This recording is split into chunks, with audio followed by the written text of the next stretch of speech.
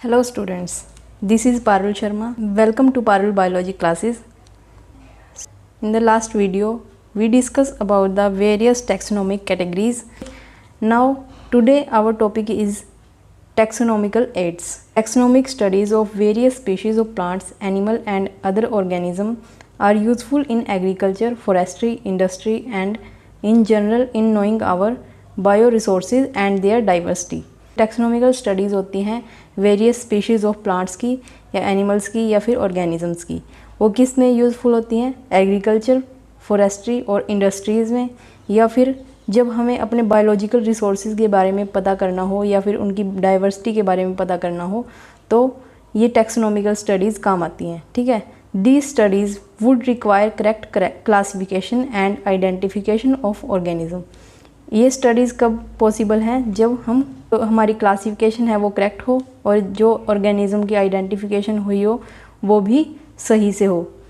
Identification of organism require intensive laboratory and field studies.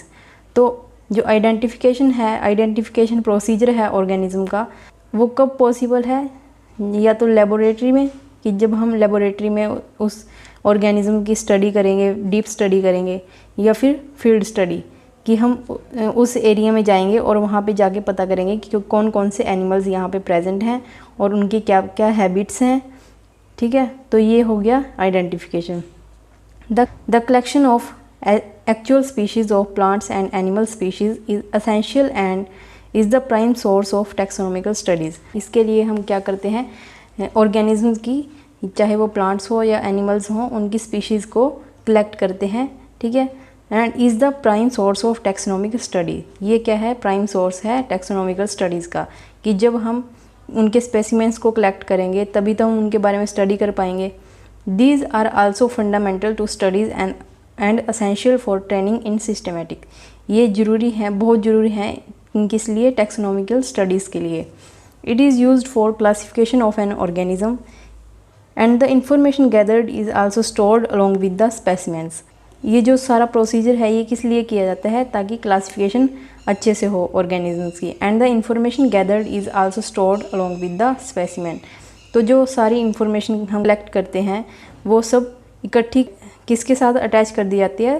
Specimen के साथ, कि जहाँ पे हम उन्हें उनको कलेक्ट किया है उनके साथ ही कंप्लीट इंफॉर्मेशन है उसको हम अटैच कर देंगे उसके साथ। In some cases the specimen is preserve for future studies. कुछ केसेस में क्या होता है कि जो स्पेसिमेन हमने कलेक्ट किया है या प्रिजर्व किया है वो फ्यूचर स्टडीज़ के लिए भी काम आते हैं। ठीक है, biologist have established certain procedures and techniques to store and preserve the information as well as the specimen.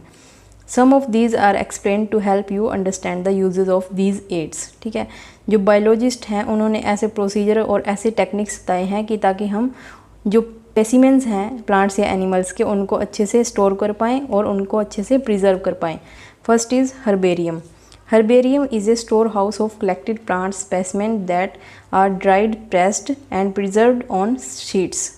जो हर्बेरियम है एक स्टोर हाउस है किसका? जो हमने ऊपर स्टडी किया है कि जो हमने कलेक्ट किया है प्लांट्स या एनिमल्स के उनको जब हम कलेक्ट करते हैं तो हर्बेरियम में रखा जाता है। ठीक है, तो इसीलिए हर्बेरियम को एक स्टोर हाउस बोला जाता है।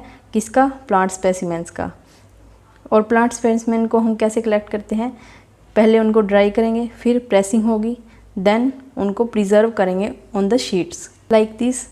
Further these sheets are arranged according to a universally accepted system of classification. ठीक है, जो प्लांट स्पेसिमेंट्स को हमने ड्राई किया, प्रेसिंग की और फिर उनको प्रिजर्व किया ऑन द शीट्स, तो फिर जो ये प्रोसीजर है सारा ये यूनिवर्सली एक्सेप्टेड सिस्टम है क्लासिफिकेशन का। ठीक है, ये तो नहीं है कि कोई भी अपने नहीं कर लेगा। These specimens along with their description on herbarium sheets become a store house और रिपोजिटरी फॉर फ्यूचर यूज़। जो ये स्पेसिमेंस हमने कलेक्ट किए हैं अलॉन्ग विद देयर डिस्क्रिप्शन, इनके ऊपर सारा डिस्क्रिप्शन होगा हर्बेरियम शीट्स के ऊपर कि किसने इनको कलेक्ट किया और किस टाइम पे कलेक्ट किया और किस डेट को कलेक्ट किया। तो ये जो डिस्क्रिप्शन है ये एक तरह से कंप्लीट डिस्क्रिप्शन हो जाता है कि किसने इनको कलेक्ट किया ठीक है। तो it becomes a store house और repository for future use, means कि ये एक तरह से स्टोर हाउस बन जाता है फ्यूचर स्टडीज़ के लिए, कि हम जब भी फ्यूचर में हमें उन स्पेसिमेंट्स के बारे में रीड करना हो या उनके बारे में स्टडी करना हो, तब हम उनको खोल के देखेंगे क्या उनका हैबिटेट है, ऐसा उनको क्लाइमेट चाहिए ग्रो करने के लिए, ठीक है। तो ये सारी डिटेल उसके ऊपर हर्बेरियम शीट से हमें पता चल जाएंगी, ठीक है। The herbarium sheets also carry a label providing information about date, place of collection, English, local and botanical names, family, collector name etcetera, ठीक है। तो ये सारी इनके ऊपर रिटन होगी, ठीक है। Herbarium also serve as a quick referral system in taxonomical study. So herbarium क्या है? रेफरल सिस्टम है टैक्सोनॉमिकल स्टडीज़ में। जैसे कि ये इमेज में शो किया गया है फिगर 1.2 में, ये एक हर्बेरियम जिसके अंदर स्पेसिमेंट्स को रखा जाता है। ये जो शीट्स दिखाई गई हैं ये सारी डिफरेंट शीट्स होती हैं, जो इनके अंदर क्या है, ये जो देखो ये प्लांट स्पेसिमेंट्स है ऑन द शीट्स, ठीक है। तो इनको इस तरह से प्रिजर्व किया जाता है अलमीराज के अंदर। Next part is botanical gardens. These specialized garden have collection of living plants for reference, ठीक है। तो ये क्या होता है, अब हमने इसके अंदर तो क्या किया था कि जो प्लांट स्पेसिमेंस होते हैं उनको प्रिजर्व किया था, ठीक है। बट इसके अंदर क्या होता है, ये एक कलेक्शन होती है लिविंग प्लांट्स की, ठीक है। तो ये एक मेजर डिफरेंस है इन दोनों के बीच में। Plant species in this garden are grown for identification purpose and each plant is labelled indicating its botanical scientific name and its family, ठीक है। तो जो कोई भी प्लांट्स इन गार्डन्स में होगा उसके ऊपर उसकी कंप्लीट डिटेल लिखी है, जैसे कि उसका botanical name, scientific name and इस फैमिली की, किस फैमिली से बिलोंग करता है। The famous botanical garden are at Kew, ठीक है। जो वर्ल्ड का फेमस बोटेनिकल गार्डन है वो कहाँ पे है? इंडियन बोटेनिकल गार्डन कहाँ पे है? हावड़ा में, that is in Bengal, India, okay. And at National Botanical Research Institute Lucknow, और एक कहाँ पे है? लखनऊ में। Point is museum. Biological museums are generally set up in educational institutes such as school and colleges, ठीक है। जो बायोलॉजिकल म्यूजियम्स होते हैं वो कहाँ पे बनाए जाते हैं? मोस्टली एजुकेशनल इंस्टीट्यूट्स में, ठीक है, जैसे स्कूल हो गए या कॉलेज हो गया। Museum have collections of preserved plants and animal specimens for study and reference, ठीक है। म्यूजियम क्या है? ये एक तरह से कलेक्शन होती है किसकी? प्रिजर्व्ड प्लांट्स की और एनिमल स्पेसिमेंट्स की। और किस लिए होती है ये? ताकि हम उसको स्टडी कर सकें और फ्यूचर में, ठीक है। Specimens are preserved in the container और jars in perspective preservative solution, ठीक है। अब ऐसी तो नहीं है कि हम ऐसी कोई भी प्लांट या एनिमल को रख देंगे म्यूज़ियम में, ठीक है, तो ऐसे तो वो ख़राब हो जाएगा। तो इसीलिए जो स्पेसिमेंस होते हैं वो प्रिजर्व किए जाते हैं ग्लास जार्स में, ठीक है, या फिर कंटेनर्स में। और उनके अंदर क्या डाला जाता है? प्रिजर्वेटिव सॉल्यूशन डाला जाता है। Plants and animals specimens also preserved as dry specimens, ठीक है। अब ये तो हो गया कि हमने उसके अंदर सॉल्यूशन डाल दिया। अब जो प्लांट्स एंड एनिमल स्पेसिमेंस होते हैं वो प्रिजर्व किए जाते हैं as a dry specimens also. Insects are preserved in insect boxes after collecting, killing and pinning. जो पहले उनको कलेक्ट करते हैं, देन किलिंग होती है, देन पिनिंग, उनको पिन करके रखा जाता है। Larger animal like birds, mammals are usually stuffed and preserved. जो लार्जर एनिमल्स होते हैं उन जैसे कि बर्ड्स हो गए, मैमल्स हो गए, उनको हम कैसे करते हैं?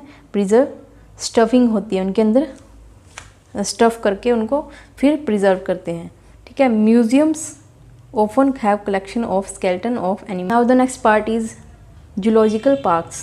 These are the places where wild animals are kept in protected environments under human care and which enable us to learn about their food habits and behavior, ठीक है। तो जूलॉजिकल पार्क्स क्या होते हैं? जूलॉजिकल नेम से ही पता लग रहा है कि इसके अंदर किसको रखा जाता है? एनिमल्स को, ठीक है।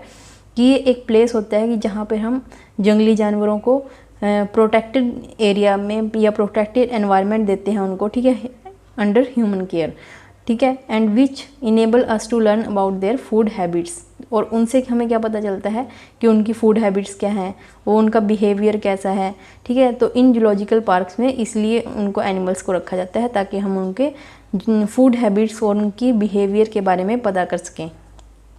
All animal in a zoo are provided as far as possible, जितना ज़्यादा पॉसिबल होगा उतने ही ज़्यादा एनिमल उनमें प्रोवाइड किए जाएंगे सभी स्पीशीज़ के, ठीक है, सारी स्पीशीज़ अवेलेबल होंगी। The condition similar to their natural habitats, जो कंडीशन प्रोवाइड जाएगी उसमें वो भी उनके नेचुरल हैबिटेट्स के अकॉर्डिंग ही की जाएगी। मान लो शेर है, वो जंगल में रहता है, तो उसी के अकॉर्डिंग उसके चारों तरफ काफ़ी सारे पेड़ लगा दिए जाते हैं, ठीक है। तो इस तरह से उनको उनके नेचुरल हैबिटेट जैसा ही कंडीशंस प्रोवाइड किया जाता है, ठीक है। Children love visiting these parks commonly called zoos, इन पार्क्स को क्या बोला जाता है, zoos. Like this, in this image various animals are showing. Next part is key. अब key is another taxonomical aid used for identification of plants and animals based on the similarities and dissimilarities. अब की क्या है, ये भी एक taxonomical aid है जिसको हम किस लिए यूज़ करते हैं, for the identification of plants and animals, ठीक है। उनकी similarities और dissimilarities के बेस पे हम उनको आइडेंटिफाई करते हैं कि, ठीक है, उनको आइडेंटिफाई करते हैं। The keys are based on the contrasting characters generally in a pair called couplet. जो कीज होती हैं वो बेस्ड होती हैं कंट्रास्टिंग करेक्टर्स के पेयर में होती हैं, जिनको हम बोलते हैं couplet. It represent the choice made between two opposite options. This result in acceptance of only one and rejection of other, ठीक है। अब का रिजल्ट क्या होता है कि अब जब दो चॉइस रखी गई हैं तो एक को एक्सेप्ट किया जाएगा, दूसरी को reject. Each statement in the key is called a lead, ठीक है। हर एक स्टेटमेंट की में उसको क्या बोला जाएगा, लीड।